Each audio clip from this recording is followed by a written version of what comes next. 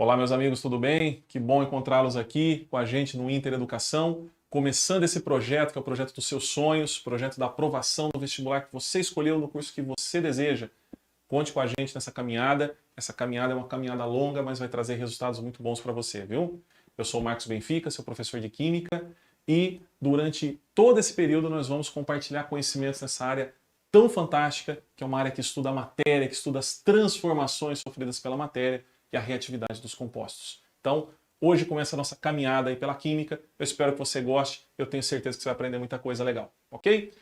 Muito bem, galera, vamos começar essa nossa exploração aí pelo mundo da Química, discutindo e cercando os nossos conceitos de uma forma bastante conceitual. Vamos entender então o que são sistemas, o que são estados físicos, vamos classificar esses sistemas e vamos entender também as transformações nos estados físicos, ok? Vem comigo aí.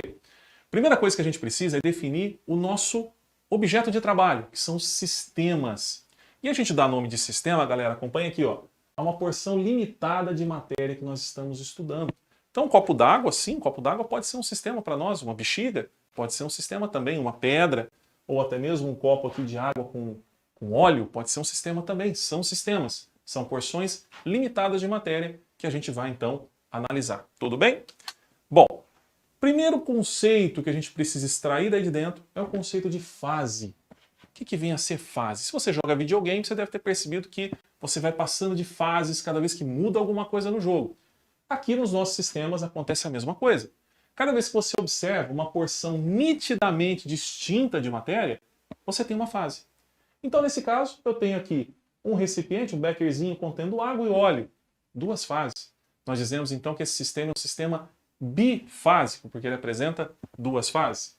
Aqui do lado a gente tem uma bela pedra de granito que provavelmente você tem na sua casa, no banheiro, na pia do banheiro, na pia da cozinha. Uma pedra muito comum, muito conhecida. E galera, essa pedra também é muito conhecida nos vestibulares, viu? Os vestibulares costumam cobrar o granito e exigir que o candidato saiba quantas fases tem aqui. E são 3, viu? Quartzo, feldspato e mica são os minerais que compõem o granito e formam então um sistema trifásico. São 3 fases aqui nessa pedra, ok?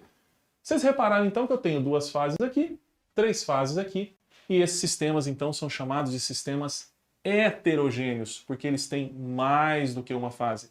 E claro, se o sistema tiver uma fase só, ele é todo uniforme e a gente dá o nome a ele de sistema homogêneo, ok?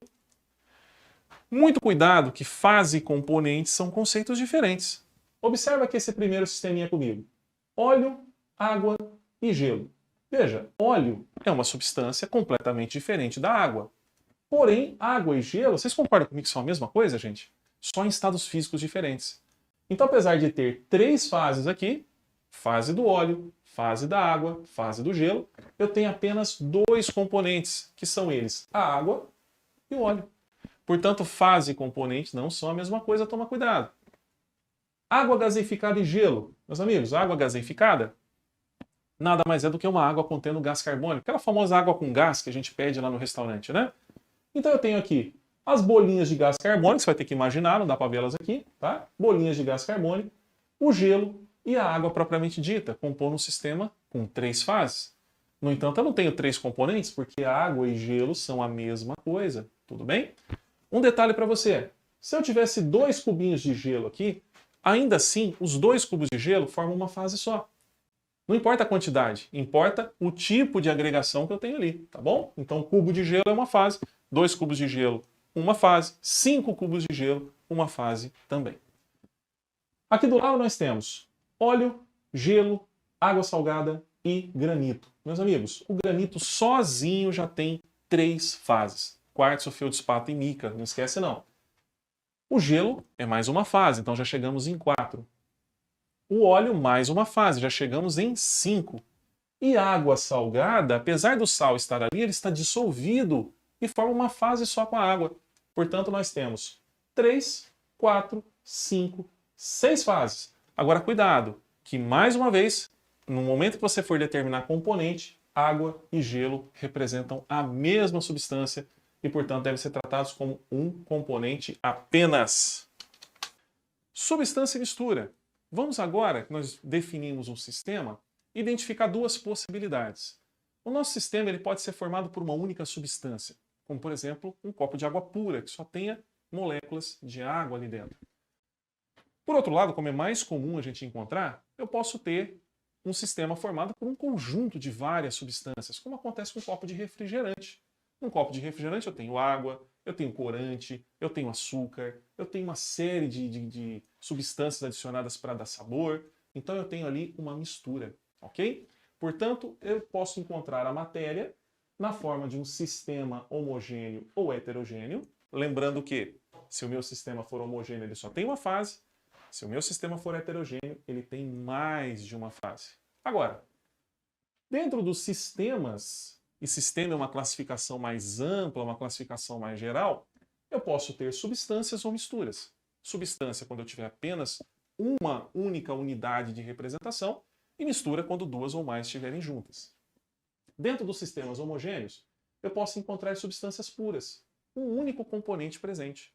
Por exemplo, água pura.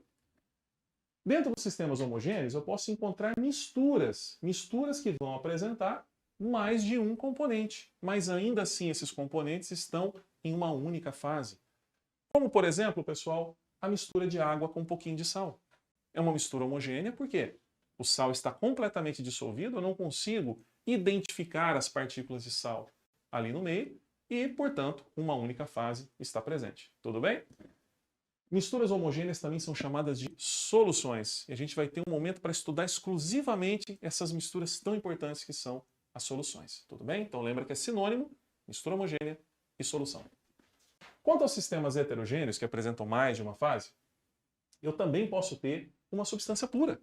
Mas você vai dizer, mas como assim? Uma substância pura pode se apresentar em mais de uma fase? Com certeza, a gente viu um exemplo agora há pouco.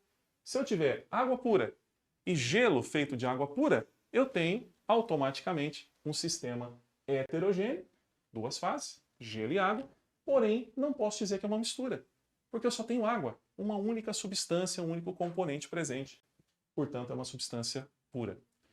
Muito mais comum, no entanto, é a gente encontrar sistemas heterogêneos que são misturas heterogêneas. E o exemplo mais clássico, o exemplo mais conhecido, é uma porção de água com óleo. Aí você tem duas fases, portanto uma mistura heterogênea. Tudo bem? Estamos tranquilos com esse conceito?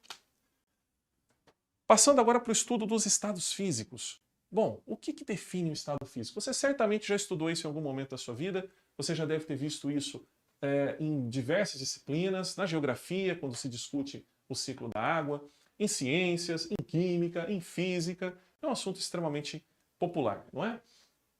Os estados físicos, eles definem a agregação das partículas. Tudo bem, gente? Por enquanto, nós vamos considerar que a matéria é formada por partículas bem pequenininhas, chamadas de átomos. Mais para frente, nas próximas aulas, a gente vai refinar esse conceito e o átomo para a gente vai ser todo um mundo de possibilidades. A gente vai dividir esse átomo em partículas menores, classificar esse átomo, entender como ele pode ser representado. Mas, por enquanto, somente para esse propósito, nós vamos considerar esses átomos como partículas que formam ali o meu sistema, que formam qualquer tipo de matéria que eu esteja analisando, tudo bem? Os estados físicos mais conhecidos, aqueles com os quais a gente lida diariamente, o tempo todo, são sólido, líquido e gasoso. E note que o que diferencia cada um deles é a maneira como as partículas estão agrupadas, é o arranjo que elas encontram no espaço. No estado sólido, a gente tem partículas que estão mais próximas entre si e que têm pequenos movimentos relativos. Ou seja, pequeno movimento, uma partícula em relação à outra. No caso da água, que nós estamos usando como referência, a água é formada por moléculas. E as moléculas de água no estado sólido, então, se movem pouco uma em relação à outra. Mas, pessoal, cuidado, hein? Elas ainda assim se movem. A teoria cinética nos diz que as partículas estão em constante movimento, mas você vai estudar isso num outro momento, tá bom? No estado líquido, as partículas ganham um pouquinho mais de mobilidade, se distanciam um pouco mais e acabam tendo maiores velocidades relativas. É por isso que no sólido você tem forma e volume definidos, não é? Você consegue pegar um cubo de gelo, delimitar o formato dele, saber o volume dele certinho, ao passo que nos líquidos você tem volume definido, mas não forma definida. Posso pegar esse copo d'água, jogar no chão e ele vai ocupar o máximo de área que ele puder. Beleza? Estado gasoso. O estado gasoso já é uma bagunça. As partículas se distanciam, elas passam a não interagir de forma significativa umas com as outras e elas começam a ter movimentos aleatórios, movimentos extremamente caóticos. E com isso, a gente tem um estado que ocupa um volume variável e também uma forma variável, não é? Vai depender do recipiente onde eu estou colocando esse gás. Certinho, pessoal? Além desses 3 estados físicos, vou abrir um parênteses aqui para vocês, nós temos outros 2 estados físicos que já vêm sendo discutidos nos vestibulares, que são o plasma, que é uma espécie de estado gasoso, mas altamente energizado, com cargas elétricas, e nós temos um estado muito menos acessível, que é chamado de condensado de Einstein-Bose, que é um estado que só vai acontecer com materiais próximos da temperatura do zero absoluto, 273 graus abaixo de zero, ok? Nessa condição, as partículas passam a perder a sua identidade e passam a se comportar como uma supermolécula, né, totalmente diferente de tudo que a gente conhece. Tudo bem? O condensado de Einstein-Bose eventualmente aparece em algumas questões como uma nota histórica, né, como um acontecimento científico, mas ainda não é cobrado de forma significativa nas transformações. Ok? Mas, como você é aluno Inter, você precisa saber. Bom, os estados físicos eles podem sofrer mudanças e a gente observa isso o dia todo. Trouxe essa tirinha para você aqui para mostrar como isso está popularizado. A gente tem aqui o nosso querido Bidu. Ele observa lá um cubinho de gelo. Esse cubinho de gelo derrete, vira água líquida e depois essa água líquida vaporiza. Tem uma nuvenzinha aqui, né? A nuvenzinha é só para dar o aspecto, né, cômico ali, o aspecto da tirinha, porque a gente não enxerga, né, gente, o vapor de água. O vapor de água é invisível aos nossos olhos. E ele diz assim, seu caso de personalidade tripla é realmente muito sério. Personalidade tripla por quê, gente? A água se encontra na superfície da Terra, nos estados sólido, por exemplo, nos icebergs, líquido, nos rios, lagos, oceanos, e também no estado gasoso, que está aqui em volta da gente. Né? Em todo lugar que você olhar, a atmosfera tem uma certa porcentagem de vapor de água. Ela está em tudo, está presente em todos os lugares, não é isso? Essas mudanças não acontecem apenas com a água. Elas acontecem com qualquer substância, porém em temperaturas diferentes. Então é importante que você tenha aí na sua cabeça nítido esse quadro e que você se aproprie desses termos, galera, porque as provas de vestibular não vão te explicar o que significa cada um deles. Eles partem do princípio que você sabe, que você conhece o significado dessas transformações. Então, acompanha comigo. Do estado sólido para o estado líquido, eu tenho o processo de fusão. É um processo que envolve ganho de energia, recebimento de energia. Esse tipo de processo que envolve ganho de energia tem um nome que eu já vou deixar aqui para você. É chamado de processo endotérmico. Olha lá, vamos começar a analisar essa nomenclatura própria da química. Veja só. Endo, galera, significa para dentro. Então são processos que envolvem a entrada de energia para dentro do sistema. Eu preciso fornecer energia para o gelo para que ele derreta e se transforme em água líquida. Tudo bem? Na sequência, nós temos o líquido passando para a forma de gás ou vapor. Vou fazer daqui a pouquinho uma diferenciação para vocês desses dois termos que são tratados normalmente como sinônimos, mas não são, tá bom? O processo de vaporização, ele pode acontecer de 3 maneiras diferentes. E você precisa conhecer essas 3 maneiras. Quais são elas? A vaporização, ela pode ser dividida, vamos escrever isso aqui, ó. Então, o processo de passagem do estado líquido para o estado gasoso é conhecido com o nome genérico de vaporização. Esse é o nome que você vai usar, tá bom? Essa vaporização, por sua vez, pode ser dividida em evaporação. Já vou explicar o que é. Ebulição. Também já vamos discutir. E, por fim, a calefação. Bom, qual é a diferença entre esses 3 termos? Veja, pessoal, nos 3 casos a gente tem a passagem do estado líquido para o estado gasoso, tudo bem? Neste caso aqui, na evaporação, a passagem ocorre de uma maneira lenta, devagar. Você vai observar isso quando você coloca uma roupa, por exemplo, para secar no varal. Aí você vai lá no varal, coloca a roupa fica lá por 1 hora, 2 horas, 3 horas, 5 horas, e a água que está nessa roupa começa a evaporar, até a roupa ficar sequinha. Você vai reparar que durante esse processo, a temperatura daquela roupa não chegou a 100 graus, não é? Mesmo que você mora num lugar muito quente, vai chegar a 40, 45, mas não vai chegar a 100 graus. E, no entanto, essa água evaporou. Só que evaporou lentamente. Evaporou esse primeiro processo, portanto, de vaporização. Um processo lento e que acontece em qualquer temperatura, tá bom? No entanto, nós temos um processo que ocorre rapidamente. Quando você vai ferver aquela água para fazer comida, para fazer um macarrão, para fazer um arroz, essa água chega numa temperatura em que ela começa a borbulhar e ela começa a liberar um vapor. Nesse caso, nós dizemos que a água atingiu a sua temperatura de ebulição, que é uma propriedade específica de cada substância. Cada uma tem a sua, a gente vai ver também, tá bom? Esse fenômeno de vaporização é rápido e acontece numa temperatura específica, tá bom, gente? E por fim, nós temos a calefação, terceiro e último processo, que é um processo que você também já deve ter reparado. Sabe quando você esquenta aquela frigideira e aí você vai colocar alguma coisa ali, um hambúrguer, alguma coisa para fritar, e cai uma gotinha de água na frigideira, faz aquele barulhinho. Isso é o que a gente chama de calefação. É um fenômeno extremamente rápido, muito mais rápido que a ebulição, praticamente instantâneo, e ele forma uma camada de vapor. No momento em que o líquido chega, antes dele encostar na superfície, ele já está passando para o estado gasoso e cria-se uma camada de vapor ali, que faz com que o resto do líquido acabe deslizando. Aí você vê aquela gotinha de água dançando pela panela, né? Isso chama-se efeito Leidenfrost. Então, um nome chique para isso, mas você pode chamar simplesmente de calefação. Tudo bem? Então, em resumo, a vaporização pode acontecer de 3 formas diferentes e a diferença entre elas é a temperatura e o tempo. Ok? Muito bem. Este também é um fenômeno endotérmico. Eu preciso fornecer energia para que esse processo ocorra. E o resultado é a formação do vapor de água ou do gás de água, que a gente já vai ver a diferença. Muito bem. Vamos fazer o processo de volta agora? Vamos pegar o gás ou vapor e vamos voltar com ele para o estado líquido. Isso nós conhecemos com o nome de liquefação. Liquefação é um termo que a gente utiliza de forma mais genérica, mais ampla.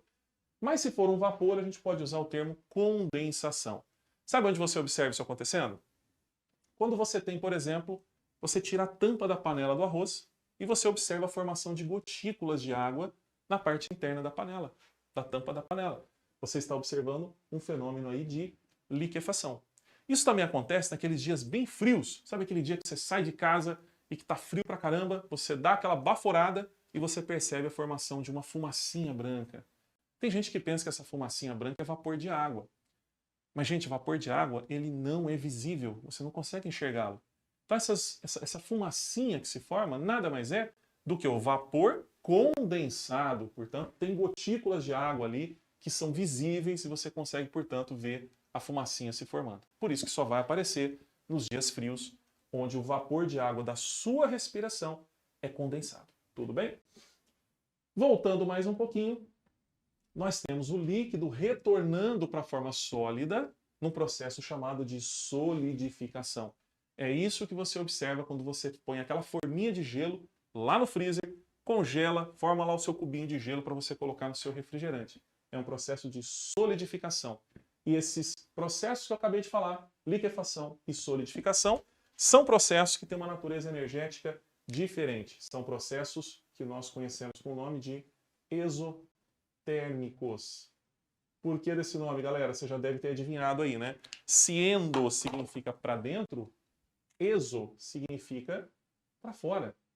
Então são processos que, para acontecer, precisam colocar energia para fora, precisam expulsar, de certa maneira, o excesso de energia do sistema. Então esses processos são processos exotérmicos, ok? Faltou falar de um aqui. Vocês devem ter reparado que aqui embaixo tem sólido indo diretamente para o estado gasoso. Você vai falar, eu nunca vi isso acontecer na minha vida. Como é que o sólido vai direto para o estado gasoso? Mas eu acho que você já viu sim. Gelo seco faz isso. Gelo seco, na realidade, não tem nada a ver com água. O gelo seco é gás carbônico, dióxido de carbono, congelado numa temperatura de 70 graus abaixo de zero. Esse gelo seco, quando ele é ligeiramente aquecido, ou colocado em temperatura ambiente, ele passa diretamente do estado sólido para o estado gasoso. Isso tem a ver, galera, avançando um pouquinho o nosso conteúdo, com a interação entre as moléculas de gás carbônico, é uma interação muito fraca. chamada de força de London. Então uma molécula acaba não conseguindo segurar a outra muito bem. Então elas passam diretamente do estado sólido para o estado gasoso. Isso a gente chama de sublimação. Tudo bem? Isso vai acontecer também com a cânfora, isso vai acontecer também com o iodo e várias outras substâncias. Embora não seja uma transformação muito comum, com certeza você já deve ter observado que o gelo seco é muito usado em shows, inclusive. Ok? O processo contrário também é possível, a gente pode ter o gás voltando para o sólido, e a maioria dos livros adota o termo sublimação comum para os dois fenômenos, tanto para a ida quanto para a volta. Mas você também pode encontrar a expressão ressublimação para a volta do estado de gás, vapor, até o estado sólido. Então fique preparado para os dois, ou sublimação ou ressublimação. Tudo bem? Vamos adiante. Gás e vapor são sinônimos? Galera, na maioria das questões, em situações mais simples, você vai provavelmente encontrar o tratamento de gás e vapor como sendo a mesma coisa. Mas você, aluno Inter, você tem que saber do negócio de verdade, não é? Concorda comigo? Gás e vapor não são a mesma coisa, viu? Qual que é a diferença? Nós usamos a expressão vapor quando a temperatura está abaixo da temperatura crítica. E nós usamos a expressão gás quando a temperatura está acima da temperatura crítica. Mas o que vem a ser essa temperatura crítica? É isso que a gente tem que entender agora. Vamos pensar numa situação. Você tem um pouquinho de vapor de água, certo? Produzido, e você simplesmente vai lá e comprime esse vapor de água, aplica pressão sobre ele. Sabe o que vai acontecer? Ele vai voltar para o estado líquido. Então você conseguiu transformar aquele vapor em líquido simplesmente pela aplicação de pressão. Tudo bem? É o que você consegue, né, em diversas situações, aplicando pressão ali num êmbolo de uma seringa. Não é uma coisa difícil de você fazer. Agora, chega-se numa certa temperatura, e cada substância tem a sua, em que você não consegue mais fazer isso. Ou seja, você não consegue mais pegar aquela matéria no estado gasoso e transformá-la no estado líquido por uma simples compressão. Quando você atinge essa temperatura, nós dizemos que você está na temperatura crítica.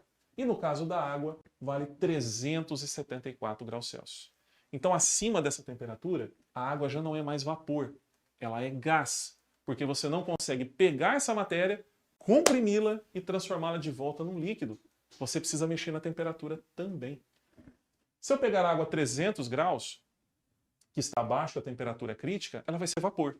Porque eu posso comprimi-la e fazer com que ela retorne ao estado líquido por simples compressão. Deu para perceber a diferença, pessoal? Então lembra disso, gás e vapor, nos vestibulares mais exigentes, vai ser tratado como coisas diferentes, porque de verdade são coisas diferentes, ok? Muito bem. E como que eu vou fazer para determinar o estado físico de uma substância?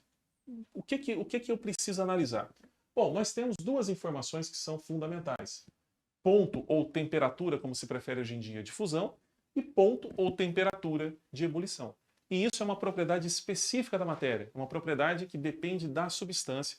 E obviamente você não tem que decorar, tá? Isso é tabelado e você precisa apenas saber utilizar essa informação para resolver os probleminhas. No caso do etanol, o famoso álcool comum, você já deve ter escutado aquela história, né? Ah, tem bebida que não congela, vodka eu posso colocar na geladeira, no freezer, que ela não congela, uísque não congela. Será que isso procede, pessoal? Será que realmente essas bebidas não congelam?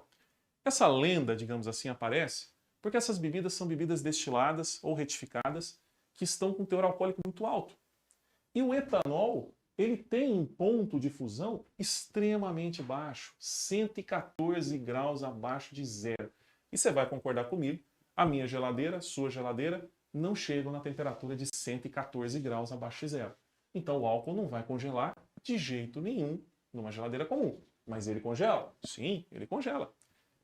Por outro lado, o álcool se torna gás, vapor, né? E vai depender do ponto crítico, como a gente já viu, mas passa para o estado gasoso a 78,5 graus Celsius. Então, a partir dessa temperatura, ele está no estado de vapor imediatamente. Ok?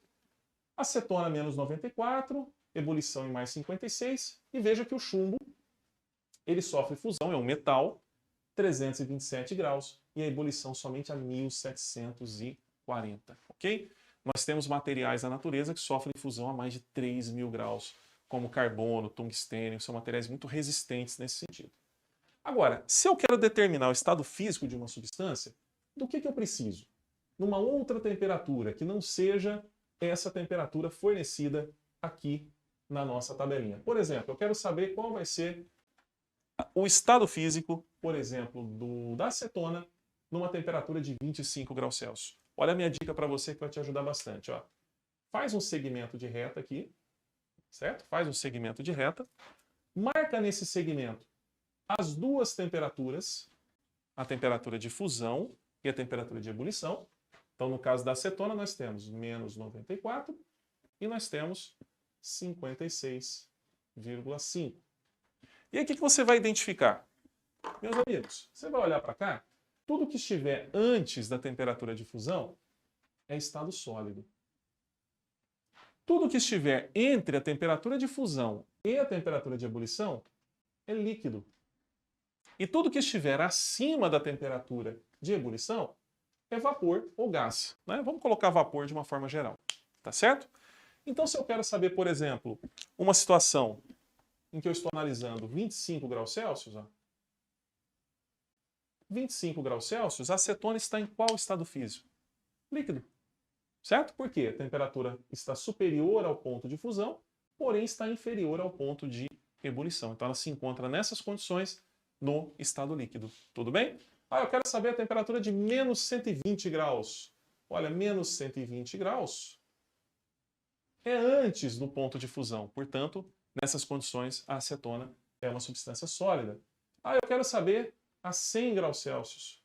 Ora, 100 graus Celsius, a acetona já passou pela sua ebulição e, portanto, está no estado de vapor. Tudo bem? Então, através de tabelas como essa, você consegue determinar o estado físico da substância em qualquer condição. Isso já foi questão da Unicamp, já foi questão da FUVEST, e vira e mexe vai aparecer nos vestibulares que você vai prestar, tá bom? Meus amigos, curvas de aquecimento e resfriamento. As substâncias puras, que são substâncias formadas por uma única estrutura de repetição, elas apresentam um parâmetro de aquecimento e resfriamento dado por gráficos com esse aspecto. Então, o que você precisa reconhecer num gráfico como esse?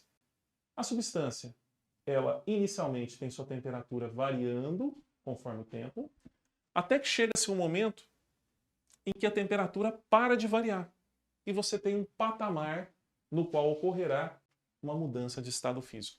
Vamos fazer um link com a física aqui?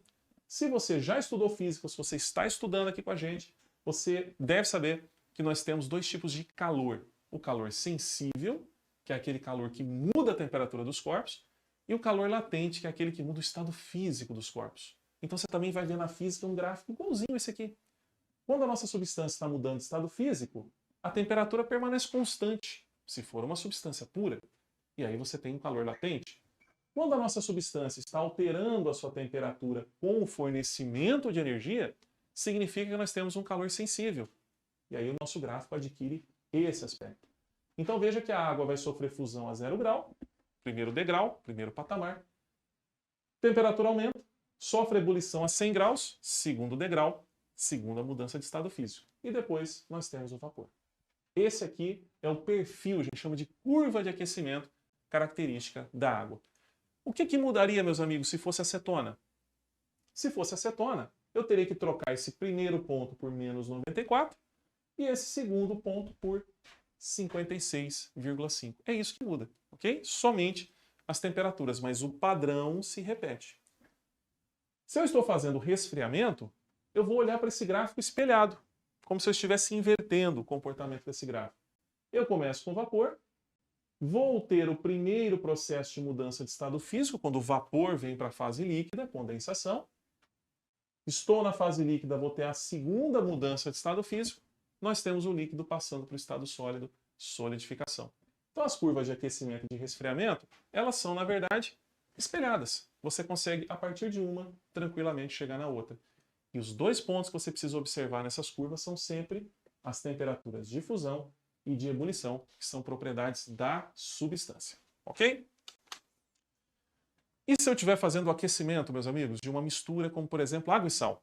Qual vai ser a grande diferença observada? Olha só. Durante a mudança de estado físico, eu não tenho mais um degrau, um patamar. Então as misturas, quando elas mudam de estado físico, elas mudam numa faixa de fusão e numa faixa de ebulição, indicando que há mais de um componente ali. E cada um desses componentes vai ter suas próprias características e vai interferir no comportamento do outro também. Então fique atento, porque o comportamento das misturas mediante aquecimento é diferente do comportamento das substâncias puras. Muito bem. Agora eu quero convidar você a fazer uma atividade comigo. Pega a sua ficha resumo. Lá na sua ficha resumo você tem uma rápida descrição da teoria que nós discutimos hoje, ok? E você tem na sequência alguns exercícios que a gente vai discutir, que a gente vai resolver aqui. Tudo bem? E depois você vai tirar suas dúvidas, você vai bater um papo comigo aqui e a gente vai ver o que faltou para você entender 100% desse assunto. Então vamos lá. Primeira questão, uma questão do Enem. Questão do Enem que traz aqui um texto, né, em relação àquilo que chamamos de água, quando congela, parece nos estar a olhar para algo que se tornou pedra ou terra, mas quando derrete se dispersa, torna-se bafo e ar. O ar, quando é queimado, torna-se fogo, e inversamente o fogo, quando se contrai e se extingue, regressa à forma do ar. O ar novamente concentrado e contraído torna-se nuvem e nevoeiro, mas a partir desses estados, se for ainda mais comprimido, torna-se água corrente, e de água torna-se novamente terra e pedras. E deste modo, como nos parece, dão geração uns aos outros de forma cíclica. Meus amigos, isso aqui é de Platão. É um texto lá da Grécia Antiga, né, que está num dos diálogos ali, nos discursos de Platão. Isso é familiar para vocês? Isso não parece mudança de estado físico? Não só parece, como é. Do ponto de vista da ciência moderna, os 4 elementos descritos por Platão correspondem às fases sólida, líquida, gasosa e plasma. O plasma aparecendo aí. As transições entre elas são hoje entendidas como consequências macroscópicas de transformações sofridas pela matéria em escala microscópica. Excetuando-se a fase de plasma, essas transformações sofridas pela matéria em nível microscópico estão associadas ao quê, meus amigos? Durante uma mudança de estado físico, nós não temos troca de átomos. Isso não acontece, não ocorre alteração na estrutura do material. Transmutação nuclear dos elementos químicos, isso muito menos acontece numa mudança de estado físico. Isso aqui é um fenômeno extremamente complexo que envolve materiais radioativos, ok? Redistribuição de prótons entre os diferentes átomos. Esse tipo de fenômeno só vai acontecer em reações nucleares. Descarta isso aí. Mudança na estrutura espacial formada pelos diferentes constituintes do material. Fechou, é isso aí. Mudança de estado físico é mudança conformacional, é mudança de natureza espacial. Não tem nada a ver com a composição atômico-molecular da substância. Fechou? Então marque aí para mim a alternativa D de dado e ponha na cabeça que mudança de estado físico é mudança conformacional. Bom, pessoal, questão número 2, questão da Unicamp 2017, hein? Olha só. Quem tem que suar é o chopp, não você. Esse é o slogan que um fabricante chopp encontrou para evidenciar as qualidades do seu produto. Uma das interpretações desse slogan é que o fabricante do chopp recomenda que seu produto deve ser ingerido a uma temperatura bem baixa. Pode-se afirmar corretamente que o chopp, ao suar, tem a sua temperatura o quê? Vou fazer um desenho aqui com vocês, tá? Vocês vão descobrir que eu sou um péssimo desenhista, mas a gente tenta, né? A gente tenta. Então vamos fazer uma canequinha aqui. Então imagina que essa aqui é a nossa canequinha de chopp, tá? Vamos fazer um chopp vermelho aqui dentro. E agora vamos imaginar o seguinte. Essa caneca e o seu conteúdo estão numa temperatura baixa. O chopp está lá 0 grau, menos 1, 2 graus. E aqui em volta eu tenho a temperatura ambiente, não é? Se você coloca a caneca ali em cima da sua mesa, imediatamente o que você vai perceber? Que aqui em volta da caneca vai começar a juntar aí umas gotículas, né? Umas gotículas. Então vai ser o suor da caneca, né? De onde vem isso? A gente poderia pensar, a princípio, que o líquido está saindo aqui, está atravessando o vidro, só que isso não ocorre, viu, gente? Esse material não permite esse tipo de fenômeno, tá? Porém, em volta, o que a gente tem? Vapor de água. E esse vapor de água está, evidentemente, numa temperatura mais alta, que é a temperatura da caneca. E quando ele encosta na caneca, o que vai acontecer? Condensação. Ou seja, o vapor que está aqui vai passar para o estado líquido, vai sofrer condensação, mudança de estado. Porém, a gente estudou também que esse fenômeno de condensação é um fenômeno exotérmico, ou seja, ele precisa liberar calor para acontecer. Então, conforme o nosso vapor vai encostando na caneca e vai passando para o estado líquido, o que vai acontecendo com ele? Ele vai liberando o seu calor e esse calor liberado vai ser, evidentemente, transferido para a bebida. E a bebida que está lá dentro vai esquentar, em função dessa troca de calor que está acontecendo na caneca. Tudo bem? Portanto, nós já sabemos que a temperatura do chopp ela vai aumentar ao longo do tempo. Tudo bem? Agora, vamos tentar diferenciar as alternativas. Então, o chopp ao suar tem sua temperatura o quê? Aumentada. Então, a gente já fica entre a B e a D. Enquanto a evaporação do suor no corpo humano evita que a nossa temperatura o quê? Aumente, meus amigos. A função do suor no nosso corpo é de regulação térmica. Conforme nós suamos e o vapor evapora, e o suor evapora, o nosso corpo é refrescado, a temperatura dele diminui. É um mecanismo de controle dos animais homeotermos, no caso, nosso caso particularmente, né? Não são todos os animais que suam, ok? Portanto, ficamos com a alternativa D. A temperatura do copo aumenta, enquanto a evaporação do suor evita que a temperatura do nosso corpo aumente também. Tudo bem? Questão bem legal, não é isso? Uma questão inteligente, como são as questões da Unicamp. Vamos para a questão número 3, mais uma bebida, só que agora uma bebida não alcoólica.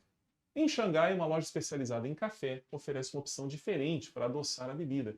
A chamada Sweet Little Rain consiste em uma xícara de café sobre a qual é pendurado um algodão doce, material rico em sacarose, o que passa a impressão de existir uma nuvem pairando sobre o café. Olha que bonito, olha que foto bonita ali, não é? Deve custar bem caro também, né? Note a dote. Temperatura de fusão da sacarose, temperatura em que a sacarose passa do estado sólido para o estado líquido. Olha o uso do termo fusão aqui, gente. 186 graus Celsius. Pergunta a vocês, você já tomou um café a 186 graus Celsius? Com certeza não tomou, né? A água que está lá dentro ferve a 100 graus, no máximo, em pressão de 1 atmosfera. Então, já imediatamente descarte a possibilidade dessa sacarose sofrer fusão. Não tem temperatura para isso, ok? Olha outra informação que ele dá. Solubilidade da sacarose, 1,97 kg por litro de água. Isso significa que eu consigo dissolver quase 2 kg de sacarose em 1 litro de água em 20 graus Celsius. Guarda essas informações. O café quente é então adicionado na xícara e, passado um tempo, gotículas começam a pingar sobre a bebida, simulando uma chuva doce e reconfortante. A adição de café quente inicia o processo descrito, pois o que acontece? Meus amigos, a temperatura do café não é suficiente para liquefazer a sacarose, porque em momento nenhum nós vamos chegar a 186 graus, né? Ninguém vai tomar um café desse aí, vai queimar a garganta toda. E a água também não vai chegar.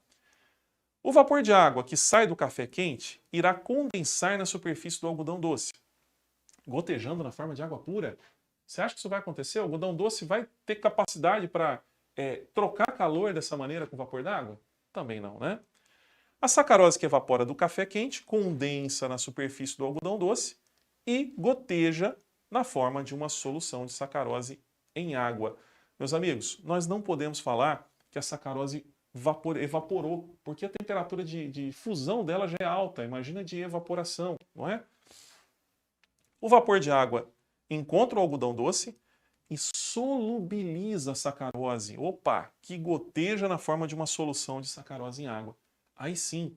Então nós temos o vapor d'água encontrando a sacarose, dissolvendo essa sacarose, formando uma solução, uma mistura homogênea, e ela vai pingando aos pouquinhos ali no café e adoçando o café de uma forma bem original, de uma forma bem diferente. Tudo bem? Então ficamos aí com a alternativa D de dado. Marque aí comigo. Mais uma questão aí da sua ficha resumo, questão número 4, uma questão da Unicamp muito novinha, questão de 2022. Olha só, usando o modelo típico da termodinâmica, os autores de um trabalho científico fazem previsões sobre a exposição de pessoas a vapores de substâncias adsorvidas em material sólido particulado, MP, ou vapores de material particulado semivolátil. O estudo se refere à exposição aos vapores, gases, no interior climatizado, de 20 a 25 graus, de residências e escritórios em países industrializados, já que essas pessoas passam 90% do seu tempo nesses ambientes. O estudo considerou também as condições climáticas do ambiente interno e externo, e levando em conta as informações dadas, pode-se concluir que os lados A e B da figura a seguir correspondem respectivamente a. Meus amigos, vocês devem ter percebido que vocês não vão encontrar questões do tipo: qual o nome da mudança de estado físico do sólido para o líquido? Isso não existe nos vestibulares atuais. Hoje você precisa interpretar situações problema, fazer inter-relações, conectar conhecimentos. Então as questões ficaram realmente muito mais desafiadoras, não tenha dúvida quanto a isso, ok? Este é um exemplo de questão em que você tem que fazer uma análise aprofundada, detalhada, extrair informações da figura, né, e fazer deduções a partir dos dados ali. Veja só, nós temos aqui a descrição de dois estados, A e B. E nós temos aqui um processo reversível entre partículas e gases. A mesma coisa acontecendo no interior de cada uma aí das residências. O que eu gostaria primeiramente de falar com vocês? Existem dois termos aqui que a gente precisa diferenciar muito bem. São eles absorção com B de bola, e adsorção com D de dado. Muito parecidos, não é? Mas são fenômenos diferentes. A absorção envolve a incorporação de uma substância em outra, num nível muito mais íntimo.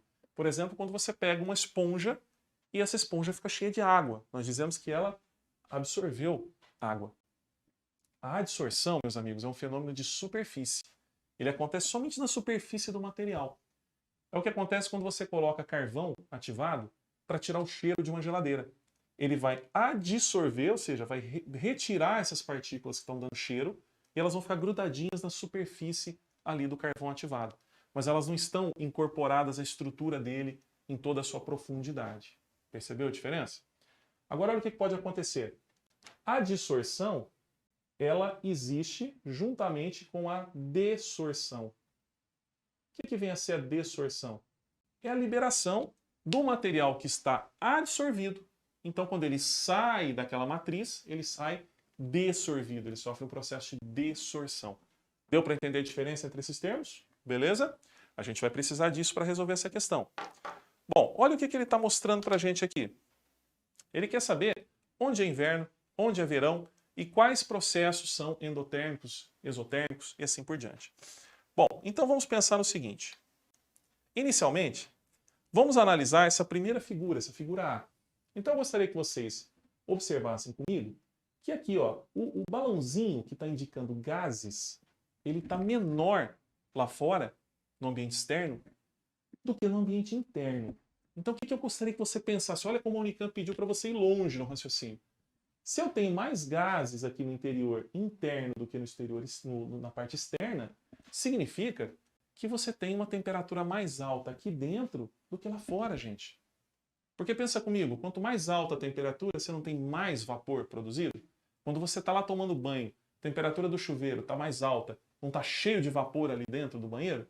Exatamente essa ideia. Conforme você sobe a temperatura, a fase gasosa começa a predominar. Então, nessa condição, a temperatura dentro está maior que a temperatura fora. Quando isso acontece, gente? Quando você tem o quê? Já que nós estamos falando de um lugar climatizado. Quando você tem inverno. Então aqui fora está frio, você climatizou o ambiente interno, portanto você tem mais gases porque a temperatura está mais alta. E note que outra maneira da gente analisar isso é perceber que a seta da dessorção, ou seja, das partículas indo para a forma gasosa, ela está maior do que a seta da adsorção, onde os gases se juntam novamente na matriz para formar, né, o material em questão. Então, a temperatura aqui dentro está mais alta. Isso indica que lá fora é inverno. Fechou? Neste caso, você vai reparar que a bolinha aqui, o balãozinho dos gases, está um pouquinho maior do lado de fora do que do lado de dentro. Isso significa que nós climatizamos o lado de dentro com uma diminuição de temperatura. Outra coisa que você vai perceber é que o fenômeno de adsorção, ou seja, a forma gasosa vindo para a forma particulada, está maior do que a dessorção, indicando realmente que a temperatura aqui dentro ela sofreu uma queda, ok? Meus amigos, agora vamos chutar para o gol. Inverno e verão. Então já ficamos aqui com a letra A ou a letra B. E a dessorção, que é esse processo de saída do material da forma particulada para a forma gasosa, que ocorre nos MPs, e a sublimação, que é a mudança do estado sólido diretamente para o estado gasoso, são processos endotérmicos. Ou eles seriam exotérmicos? Vamos lembrar? São processos o quê? São processos que precisam absorver energia para que você desorganize o estado sólido e passe para o estado gasoso. Portanto, ficamos com a letra A. São processos endotérmicos. Não pode esquecer. Olha como a Unicamp foi longe nessa questão, hein? Questão de puro raciocínio. Tá certo? Espero que você tenha gostado. É uma questão muito legal e uma questão nova, hein? Questão número 5, questão da FUVEST, meus amigos. Considere as figuras pelas quais são representados diferentes sistemas contendo determinadas substâncias químicas. Nas figuras, cada círculo representa um átomo e círculos de tamanhos diferentes representam elementos químicos diferentes. É importante isso, hein? Vamos ver o que ele está pedindo para a gente. A respeito dessas representações, é correto afirmar que os sistemas... Vamos lá, 3, 4 e 5 são misturas? Voltando. Meus amigos, 3 é uma mistura. Isso é diferente disso, são agrupamentos diferentes. 4 é uma mistura? Não é, né? Porque todos esses agrupamentos aqui, que poderíamos chamar de moléculas, são iguais. Não é uma mistura. E o 5? O 5 posso chamar de mistura, porque, veja só, essa bolinha representa uma substância, essa bolinha menor representa outra substância. Mas a alternativa já furou. 1, 2 e 5 representam substâncias puras. Voltando, 1 é uma substância pura? Sim, porque só tem esse tipo de molécula. 2 só tem esse tipo de molécula. 5, pegadinha. Não, porque este átomo e este átomo não estão ligados e, portanto, cada um deles representa uma substância diferente. Então, tá errado isso aí, gente. 2 e 5 representam, respectivamente, uma substância molecular e uma mistura de gases nobres. Não se preocupe, porque isso você ainda vai ver em mais detalhes, mas eu já posso adiantar para você que a substância molecular é aquela que tem moléculas como unidades representativas. E os gases nobres, por sua vez, são átomos extremamente estáveis e que ocorrem na natureza, habitualmente, como átomos isolados, sozinhos. Então eu tenho aqui, de fato, uma substância molecular e aqui eu tenho, de fato, uma mistura de 2 gases nobres. Então, ficamos aí com essa alternativa, que é a alternativa C. Tudo bem? E vamos lá para a nossa última questão dessa bateria aí, da sua ficha resumo, que é uma questão um pouquinho mais antiga, questão 6 da Unesp. Uma das formas utilizadas na adulteração da gasolina consiste em adicionar a este combustível solventes orgânicos, que formam misturas homogêneas, como o álcool combustível. Considere os seguintes sistemas constituídos por quantidades iguais de gás oxigênio, gás carbônico e gás argônico. Peço uma gentileza para você, meu amigo. Faça uma anotação aí no seu caderno e escreva o seguinte. Toda mistura de gases é sempre um sistema homogêneo. Toda. Não tem exceção para essa regra, ok? Não importa a quantidade que eu pegue de cada gás, toda mistura gasosa é sempre um sistema homogêneo. Fechou? Água líquida, clorofórmio e sulfato de cálcio. Clorofórmio é um solvente orgânico. Você vai estudar isso também em mais detalhes, mas cursinho a gente já tem que ir puxando uma coisa de cá, uma coisa de lá, tá? Água líquida e clorofórmio não são miscíveis, eles não se dissolvem, não se solubilizam. E o sulfato de cálcio é um sal, que também tem uma solubilidade bem ruim, tanto em clorofórmio quanto em água líquida. N-heptano, benzeno e gasolina são solventes orgânicos, sendo que a gasolina, inclusive, é uma mistura, não é uma substância. Todos eles são solúveis entre si, sendo solventes orgânicos como são. Indique o número de fases dos sistemas 1, 2 e 3 e classifique-os como homogêneo e heterogêneo. Meus amigos, uma fase porque é uma mistura de gases. Isso é inegociável, tá bom? Água líquida, clorofórmio e sulfato de cálcio. Sendo o sulfato de cálcio uma substância pouco solúvel, tanto na água líquida quanto no clorofórmio, e o clorofórmio e a água também insolúveis entre si, eu tenho 3 fases. Uma da água, uma do clorofórmio e uma do sulfato, que vai formar um pozinho ali, não está solubilizado. N-heptano, benzeno e gasolina formam uma fase só, porque são solventes orgânicos misturadinhos. Tudo bem?